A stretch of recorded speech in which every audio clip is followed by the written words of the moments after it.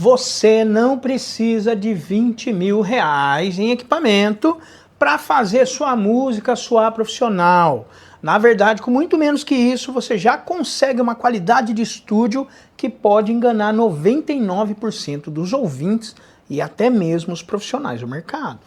Mas ignorar a sequência correta, preste bem atenção, sequência correta de compra de equipamentos é o erro que faz 90% dos músicos gastarem rios de dinheiro com peças que não conversam entre si, resultando num som abafado, cheio de ruído, com uma latência insuportável, que denuncia na hora. Isso foi gravado num quarto por um amador. Nesse vídeo aqui, eu vou te entregar o mapa exato, a lista definitiva e na ordem certa do zero, para você montar o seu home studio com qualidade de rádio. Tudo isso usando o mesmo método que eu usei para montar aqui o quarto das possibilidades. E no final, vou revelar qual é o único item que não é o equipamento, mas que 99% dos iniciantes ignoram e que pode destruir ou salvar toda a sua produção. E aí, você já sabe qual é?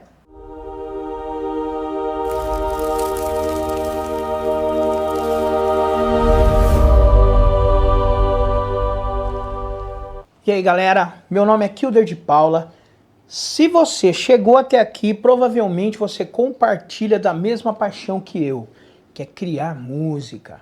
Há alguns anos eu transformei o meu próprio quarto no que eu chamo de o quarto das possibilidades, um estúdio onde eu não só produzo as minhas músicas, mas de outros artistas, como também preparo o repertório dos meus shows. Eu faço mais de 100 shows por ano aí e eu preciso preparar esse repertório. Tudo que eu vou te mostrar hoje foi testado em campo, na batalha, no dia a dia e otimizado para ter o máximo de qualidade com o mínimo de complicação e investimento. Então, vamos direto ao ponto.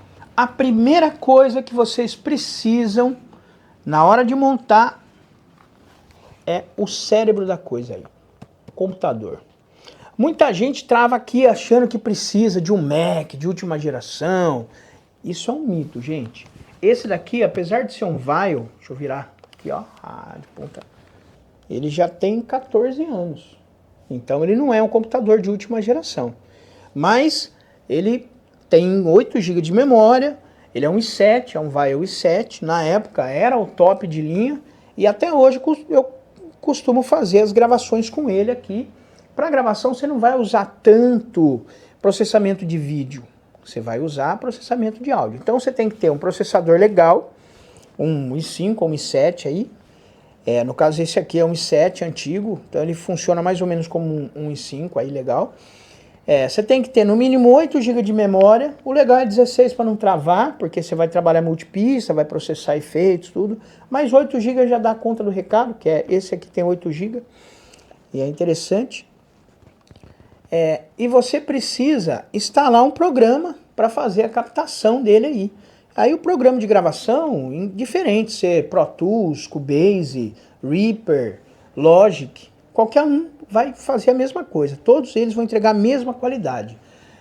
O que vai diferenciar é aquele que você sabe usar melhor, a ferramenta que você vai usar melhor. Então, primeira coisa aí, computador. Conta para mim aí, qual é o programa que você usa? Você usa o Logic, você usa o Reaper, o Ableton, Pro Tools? Fala para mim aí, qual DAW você está mais acostumado a usar? Agora que você tem o cérebro da coisa aí, vai te faltar o meio do caminho, né? Como você vai mandar o seu som do seu instrumento ou da sua voz para dentro do computador? Para isso entra a interface de áudio. Eu recomendo para um home studio uma interface de 2 canais. Essa daqui é uma Presonus USB, Audiobox USB. Ela é bem legal, ela tem 2 canais aqui. Esses 2 aqui são canais híbridos, né? Isso quer dizer que você coloca o cabo balanceado ou o cabo P10 aqui, fica bem legal. Aí aqui a gente tem 5 knobs. Esses 2 knobs aqui são o ganho de entrada onde você controla, né, canal 1, canal 2, você controla o ganho do quanto está entrando aqui. Aí você tem aqui o volume dos fones de ouvido, aqui você tem um balanço, né, uma compensação entre o som que está entrando. Se você quiser ouvir diretamente o som de linha, é nesse botão aqui que você regula, ou se você quiser ouvir o playback. O que é isso? É o som que está vindo do computador. Então você vê o quanto você quer ouvir de playback misturado com o seu som. Se você quer ouvir só o playback, se você quer ouvir só o seu som. E aí você regula por aqui. E aqui a gente tem um volume master, que é o main out, né? Que é o volume dessas duas saídas aqui, né? Que eu tenho duas saídas LR aqui atrás, tá? Sai P10 aqui e vai para o meu monitor de referência, que é uma coisa que a gente vai falar mais tarde aí. E eu tenho aqui, ó, o volume do fone de ouvido. Esse fone de ouvido, o volume dele é separado aqui, ó. A gente tem nesse botãozinho o volume do fone de ouvido. Então o fone é diferente do main out. Eu posso trabalhar só com fone, posso trabalhar só com main out, eu posso trabalhar com as duas coisas aqui ao mesmo tempo. Essa interface, ela tem uma coisa bacana que eu gosto bastante, né? Que eu vim ali do teclado. Eu sempre fui tecladista, agora que eu estou trabalhando mais com cordas. Mas ela tem aqui, ó, in-out MIDI, ela já é uma interface áudio e MIDI. A maioria delas vai ser áudio e MIDI. Então, bacana aí se você quer ligar um controlador que não tem uma saída dele USB, você não consegue ligar ele USB, que é o caso dos meus teclados aí. Como eu uso o teclado para tocar ao vivo também, eles não têm essa USB, até porque o meu teclado é uma linha antiga, ele já tem uns 20 anos comigo. Então ele não era USB, ainda não existia essa tecnologia na época. Então você consegue ligar aqui, né, com in, out, MIDI. E aqui a gente tem a alimentação dela via USB. Você liga ela no computador via USB e já alimenta, ele já liga com a energia que vem do USB, aí não precisa de uma fonte externa. Beleza? Então recomendo uma dessa daqui. Não exatamente essa marca, tudo, pode ser outra, pode ser Fast Track da M-Audio, pode ser a Scarlett aí, né? Pode ser qualquer uma de 2 canais aí, contanto que não seja uma coisa muito genérica, porque senão você não vai ter uma conversação com o computador legal, você vai ter problema de latência, de ruído e N coisas aí. Escolha uma marca bacana, porque aí é certeza que o drive vai funcionar dentro do seu computador aí. É isso aí, você já tem o computador, já tem a interface, já sabe o que a gente vai falar agora? Claro! Como o som vai entrar? Um microfone. Esquece microfone de palco, tá? Porque o microfone de palco, ele é um microfone dinâmico, ele vai pegar menos detalhes, digamos assim. Ele vai ser menos sensível. E quando você for escolher um microfone condenser, que é o caso desse aqui, esse é bem legal, tá? Ele é um microfone intermediário, mas é um intermediário que dá um baita resultado. Gosto muito dele. Quando você for escolher um condenser, pega um cardioide. Por quê? De cápsula grande. Quando você pega um microfone cardioide, esse lado aqui é o lado onde tem que ficar virado para quem está fazendo a gravação, seja voz, seja instrumento. E o lado de trás, ele rejeita o som que chega daqui. Isso por quê? Quando você tá aqui, o som que vem daqui, a massa sonora que vem daqui, ela entra legal dentro da interface, e a interface converte isso daí em sinal digital para dentro do computador. Você vai pegar mais sensibilidade, mais frequência, mais harmônico, mais todas as coisas aí. Esse daqui é um Audio-Técnica AT2020, não tem o patrocínio da Audio-Técnica, tá?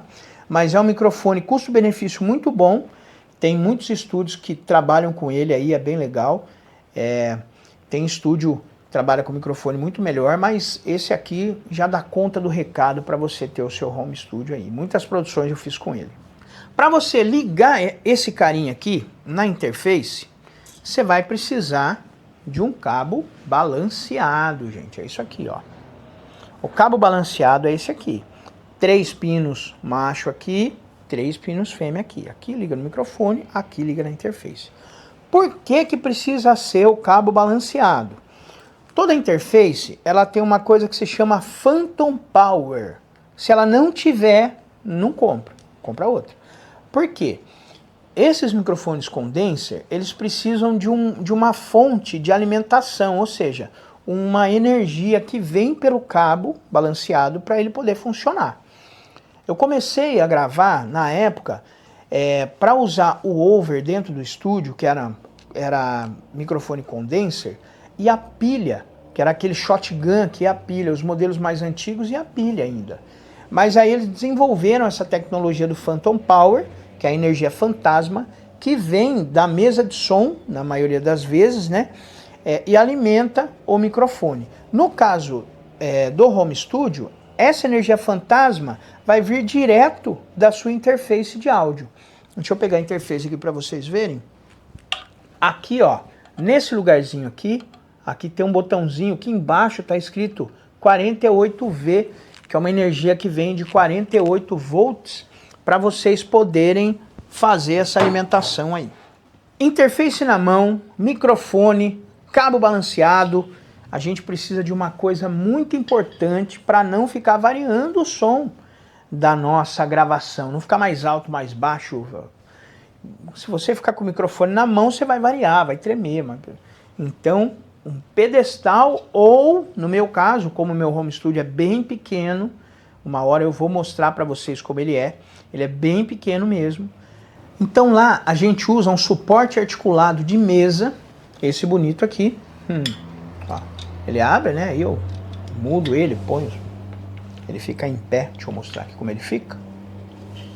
Ele fica assim na mesa e aí ele articula, o microfone fica na ponta aqui assim, ó. Eu consigo virar ele para onde eu tô e se eu não quero, eu viro ele para o outro lado, vira assim. É bem bacana.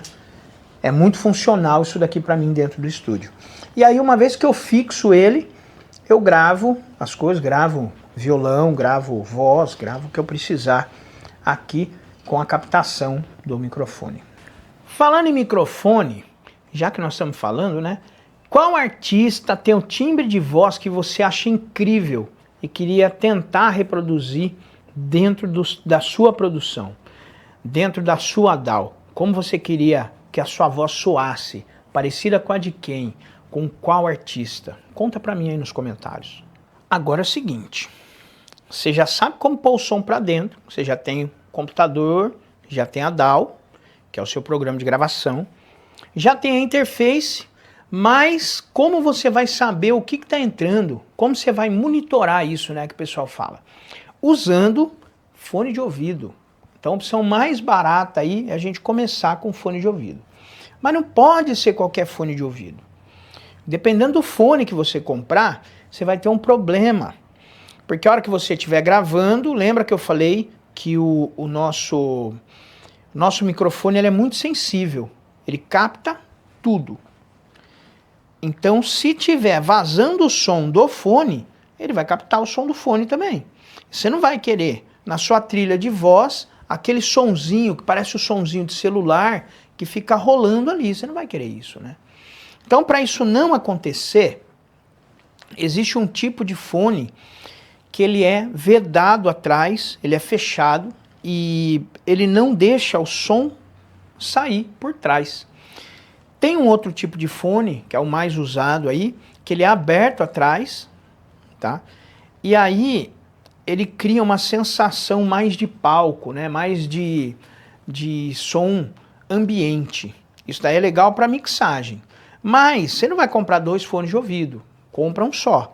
E não adianta comprar aquele fone gamer, tá? Porque o fone gamer ele foi feito para criar sensação, né, no cara que está com ele ali. Então ele tem um reforço de graves. Se você usa o fone gamer, o fone vai estar mentindo para você. Você vai começar a tirar a grave da sua mixagem, ao invés de deixar ele equilibrado. Aí ele vai soar muito legal no seu fone, mas vai soar horrível em qualquer outro lugar. Vai ficar bom só no seu fone. Ou, se for o caso, você vai ter que se adaptar, você vai ter que ouvir a sua gravação de um jeito no fone e saber que em outro lugar ela vai soar de outro jeito. Isso eu já tive que fazer isso na minha vida, porque nem sempre eu tive condições de comprar, eu tinha que trabalhar com o que eu tinha. Então, eu acabei calibrando meu corpo para entender, aqui tem grave, tá sobrando grave, mas a hora que eu for ouvir no YouTube, que eu for ouvir numa televisão, ou que eu for ouvir numa outra caixa de som, o som vai estar legal. E aí o corpo nosso se calibra, tá? Mas eu aconselho vocês a comprar um fone assim, ó, que aqui ele é vedado, ó.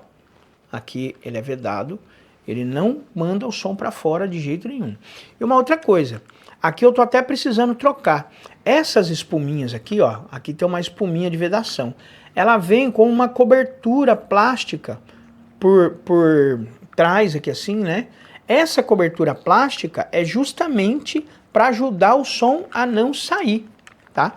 Então quando você vai monitorar aqui, é para o som não sair. Mas, por enquanto, não está me atrapalhando isso aqui não, mas eu preciso trocar do meu fone também. Quando vocês comprarem, ele vai vir desse jeito, vocês vão ver que vai ser melhor. Agora a gente chegou naquele ponto que eu falei no começo.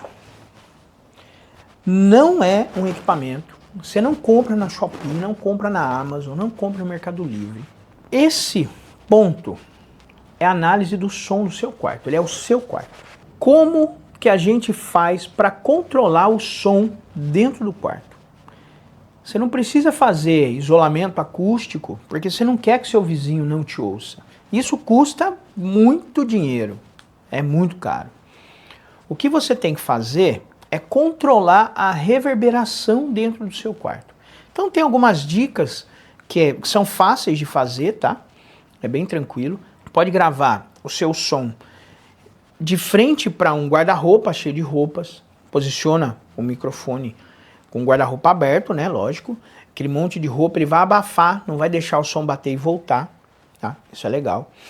Se você não tem um guarda-roupa cheio de roupas aí dentro do seu quarto, dentro do seu home studio, né, vamos chamar assim, você pode fazer outras coisas, você pode colocar cortina nas paredes, pode estender assim, fazer uma...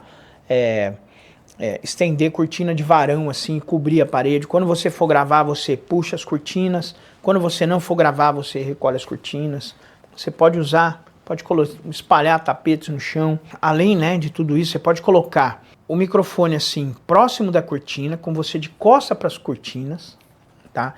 E na frente do microfone, você estende um cobertor num pedestal. O cobertor vai matar esse som aí. Então tem várias coisas alternativas que dá para você fazer que mata esse som, ele vai soar, né? Não é que mata o som, mata essa reverberação excessiva, que é o chamado reverb de sala.